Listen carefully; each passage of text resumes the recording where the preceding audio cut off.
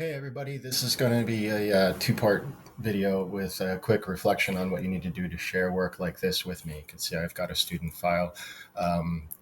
Joe, to update this, can go in here and add period number, just for just visual example here, and then engineering one kind of a thing. But to organize this, what I'm looking for is to have every student in my shared with me linked to me in this program. That way we can co-own things. I can do things like this, take over your file work and either demo with it or help you out depending on what's going on. And this is a perfect example for what I want to teach everybody that like touches this software. When you start playing around with doing tracings and projects, that you can pick and choose stuff like logos for sports teams or whatever else you'd want it designed by tracing. It makes it a lot more fun and interesting for everybody.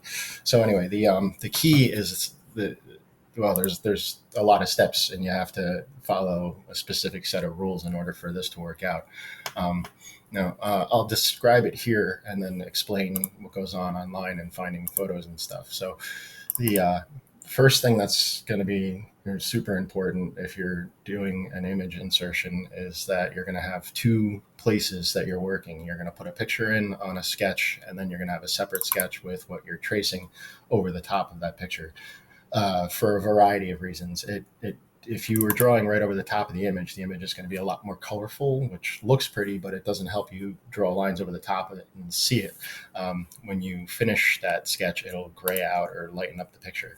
And then the other thing, when you're actively working on a second sketch, it's now two layers, and you can turn the visibility of layers off so you can hide that picture and you can see what's going on and see that things are going well. That's super important. You also want to be comfortably able to go from here to bottom right click, like knowing the orientation of things and using the mouse controls and visibility controls. Or it's a make or break situation. You can't work easily unless you can look at things the right way. Otherwise, you're going to make mistakes. So looking at the top, tracing over things, knowing about these visibility controls are all a part of how you can trace over pictures. So it's a lot of fun, but there's a lot of things that you need to know. So I'm going to go through this real quick with you. There's two picture files that you can use, and a lot of people end up running into the wall real quick with attempts to do this, because if you don't know what you're looking for, you're likely to there's good odds that you'll download the wrong kind of image file and then nothing works. So when you go to save a picture, you have two files that you can look for, JPG and PNG. If it doesn't say that, if it's WEBP or like an internet type of file, it's not going to work in Onshape as a picture to upload. So I can save this. I'm going to go into another program and just show you that there's like internet programs where you can find graphics and create things, and I can actually download like a specific page from this. I just have to do this. So I'm just showing you that PNG file extension and JPEG are the ones that you can use in Onshape as photo files. So I'm going to download this one as a PNG file, and I'm just going to take page 4 and download just this one image, which I've already resized to 4 inches by 4 inches. Just again, as another example there. All right.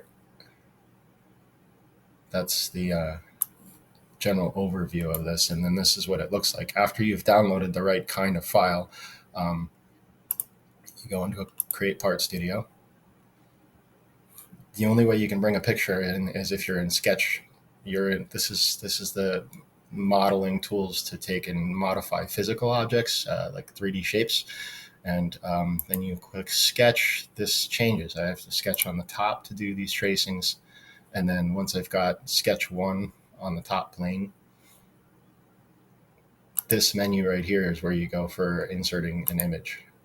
And then you can see this is what it's going to look like after you close and go back to it. You will see a preview of your images, but you've got to import the image from the bottom of this menu.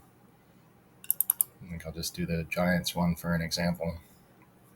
And it'll look something like this. For some reason, this file extension, I don't know if that's going to work or not. we'll see. A lot of times, what'll happen is you'll just see it just doesn't work. It doesn't come up. It doesn't display. I don't know why that came up as a different file extension. Anyway, that's fine. The point here is if you click on the photo, that menu disappears. And what I want you to do is it's a 2-click thing. You click on the bottom corner and the top right corner of the top plane that you're looking at to stretch out the photo. It's the easiest way to you just got to trust me. And what you're going to do is then click here and here after you select that picture. And you see, I just clicked on where you see the reference for the top plane. I clicked on the bottom corner of it and then the top corner of it just to stretch the photo out. That roughs out the size of it to make it the right dimension for us to work with when we're doing this. And then after, again, knowing here and here to see, this is clicking in the very bottom right corner of the top view is where you're going to get the beginning view when you open the program and what you see. Anyway, so that's sketch 1 with a picture on it. We're going to finish that by clicking that green check mark, and then we're going to click sketch again and click the top plane again. You can, just so you know this and hear me saying it, you can click, if you want to start a sketch on any one of these planes, you could also do it by clicking the planes here. These references that are here are corresponding to the plane, so I can click sketch and top plane if I need to. If it's hard to see something, sometimes that's the case. But then you want to click the top of the cube and you want to look straight at it, and then you're going to start making your own decisions about how you trace things here. The idea is that there's a lot of different types of controls in these menus for different types of arcs, different types of curved lines like a spline if you're tracing something squiggly. This is very math intensive for the program to keep up with, so it's not the best way to go by just like free tracing splines. That also usually takes a lot more time than other tools. Something like this is beautiful because it's just basically straight lines. And then as you're tracing, especially with the straight line tool, what you'll notice is that you're going to, as you're drawing these lines, you're going to have to know how to end the line when you want to. And the easiest way to do it is with striking the escape on the key on the keyboard. So your left hand should be there pretty much at all times on the escape key just to be able to strike it. My software that I'm recording with right now interferes with that control key for some odd reason. So I have to right click and hit escape line. You could do that at any given moment, but it takes longer.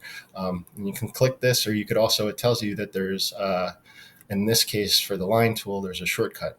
You can just strike the L on the keyboard. In a case like this, it'll go back to turn on that line tool and continue allowing you to trace an object like this. And you really want to note, I'm going to escape this line real quick again and start another line by hitting the L button on the keyboard. These box indicators show when your endpoints are connecting. If you don't connect the dots when you're tracing something out, nothing will work in the end. So taking your time and noticing those things becomes really a time saver for you in the end, because going back and fixing mistakes takes a lot longer than doing it patiently the first time around. So just notice if you're going to stop and start again that you want to make sure that you get an indicator that's orange that says, okay, you're connecting the lines, go. So that's the general idea. And then when you're doing this, you can turn the visibility of sketch 1 off and on and see that everything is going well. What I want to do is turn the sketch visibility off. You can see that inside the shape, the overall outline is gray. That means those endpoints are connected. Everything is good to go. It'll work when you go to hit the 3D button. It'll turn into a 3D object. If you don't see gray inside the shape that you're working with, it's not gonna go to 3D. There's a mistake in there somewhere. So and then just if anybody's going back to working on a project that you've been working on, you want to make sure that you know everything has to happen in the same sketch. I'm going to double click sketch 2. In this case, every time you should only have two sketches, but one drawing sketch that you're working on to trace something out. So if you end up like closing this or clicking it, you just have to know that 2 clicks real quick, I'll get you back into that sketch. You'll see the blue lines and you continue to go. So that's the real quick version of putting a photo in. When you do finalize these, just one last quick thing, you shouldn't, this is set up in inches, and if you did do that, that's fine. I can't go back into Joe's account and change his default settings because I'm on my account and my settings. You'd go into my account, preferences, and change the units to millimeters from inches in this menu here to fix that. So that's a thing. You want to make sure you're in the right units. And the reason that I'm saying that is because when you extrude, and if something like this were to be 3D printed, you'd want to make it about 4 millimeters thick, maybe 5 or 6, but not an inch thick. That's way too big for something like this. And that's where the measurements really start to come into play. Is like if you're going to do this and you want to go into 3D, then also preparing it for something like a robot to make it, dimensioning things the right size and way is going to become important. And so this extrude process, you'll have multiple extrudes, and we'll get into selecting different parts of shapes and extruding them after people master the picture insertions and start tracing things and everything.